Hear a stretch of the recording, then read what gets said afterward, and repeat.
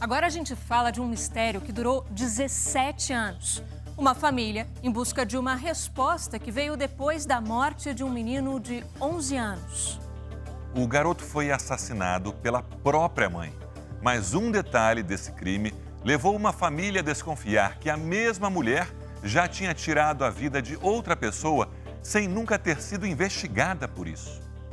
Inclua-se o nome da ré no rol dos culpados. De cabeça baixa, a mulher escuta a sentença. Resultando em 30 anos e 2 meses de reclusão e 6 meses de detenção.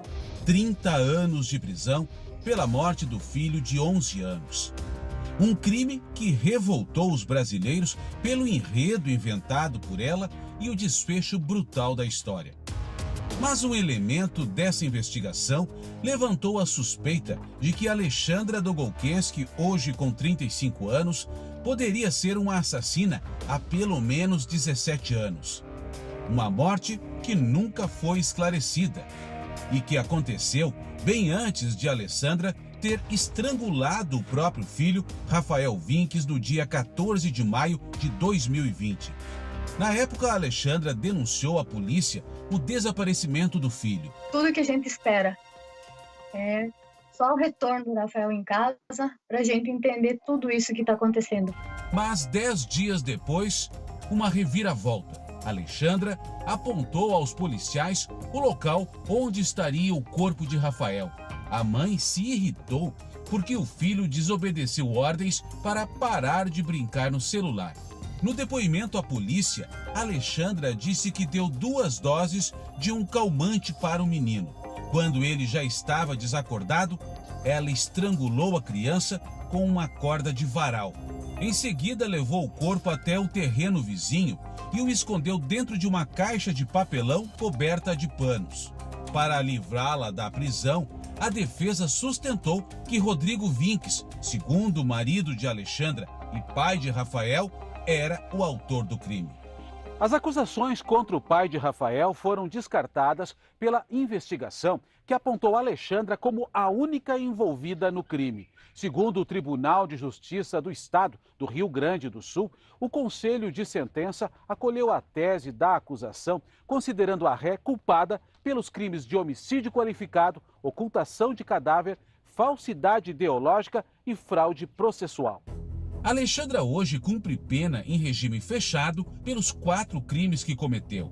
Mas a família de um homem que morreu há 17 anos, em outra cidade, a quase 350 quilômetros de distância do local onde o menino Rafael foi morto, desconfiou de um detalhe fundamental. Parece que o Rafael teve que nascer e morrer para a gente descobrir.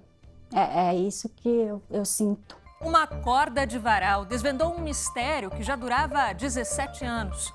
A mulher condenada por matar o próprio filho usando a corda de varal já tinha feito a mesma coisa com outra vítima.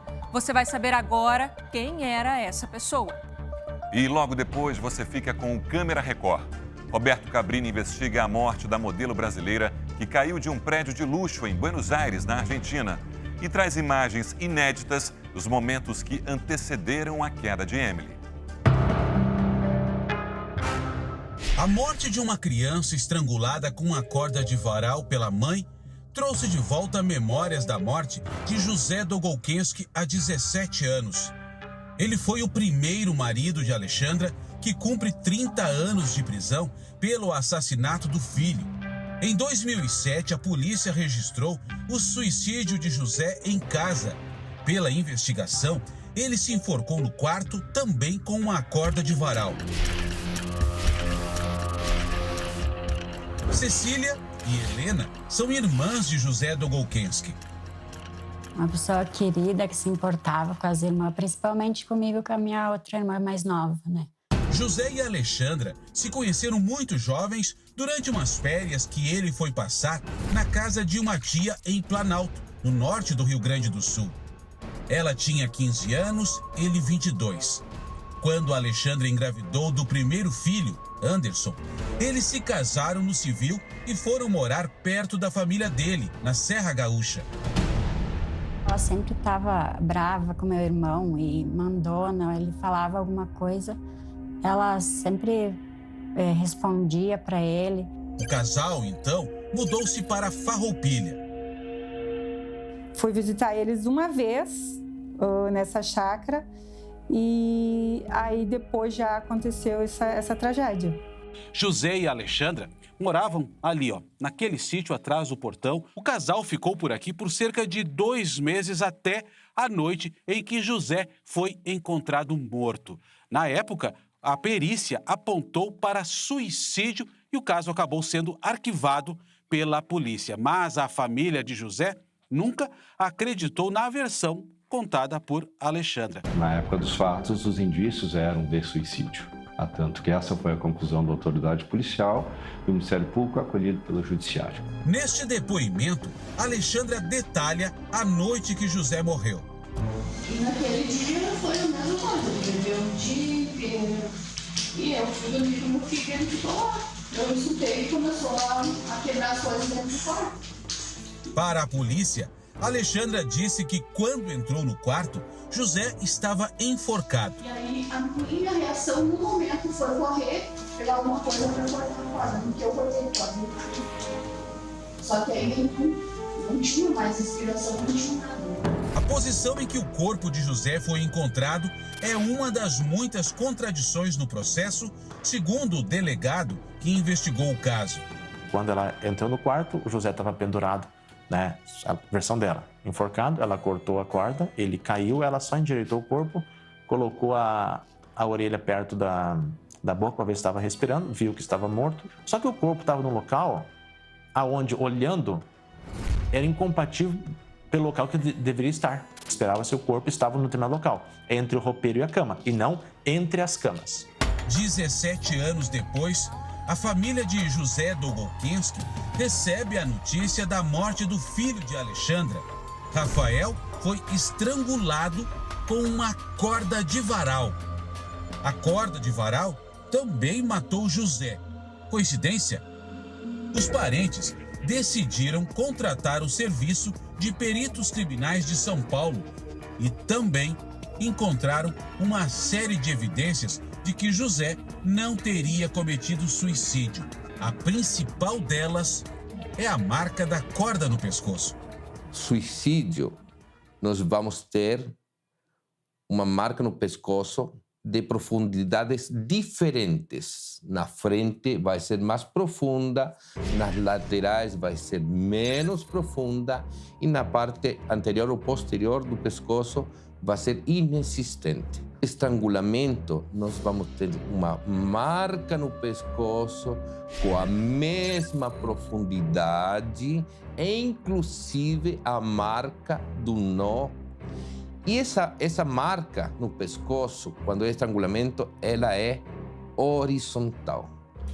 O corpo do José é a marca de forma horizontal. Mas por que uma corda de varal foi essencial para desvendar esse mistério? A corda utilizada é muito similar com a corda utilizada aqui em Farroupilha. O mesmo tipo de nó, muito similar ao nó utilizado, tanto no pescoço do menino Rafael, quanto no pescoço do José. O menino, o filho dela, Anderson, na época com 3 anos, falava para alguns familiares que a mãe dele, naquela noite anterior, na noite do fato, né, teria dado uma paulada na cabeça dele. A polícia também ouviu o ex-marido de Alexandra, Rodrigo Vinques, pai de Rafael. Ele revelou que enquanto era casado com Alexandra, ela confessou ter matado o primeiro marido. Perguntou, de como que foi? Foi tu que matou ele? Não foi? E ela falou, sim, eu matei ele porque ele me incomodava. Neste mês, a polícia concluiu o novo inquérito e apontou que José foi assassinado. Apesar da polícia concluir que a Alexandra matou também o primeiro marido, ela não foi indiciada pelo assassinato, porque o crime prescreveu em 2017. Segundo a lei, crimes não denunciados prescrevem depois de 20 anos. Mas no caso de suspeitos menores de 21, esse período cai pela metade, 10 anos. Quando José morreu, Alexandra tinha apenas 19 anos. O grande intuito da família era realmente provar que Alexandra teria matado o José. O advogado de defesa de Alexandra considera que houve exagero nas comparações dos casos de José e do menino Rafael. Tem uma corda, horário do crime à noite, mas para isso, só isso não basta. Há um forro quebrado, ela não teria nem como alcançar naquele forro. Há uma corda numa viga. Quem fez tudo isso foi a vítima. Depois de tantos anos, a família de José Dolgokenski só lamenta que Dona Leonora, a mãe que nunca acreditou no suicídio do filho, morreu antes da conclusão das novas investigações. Eu acho que a gente tem como missão cumprida, porque até para o meu irmão descansar em paz e a minha mãe descansar em paz também.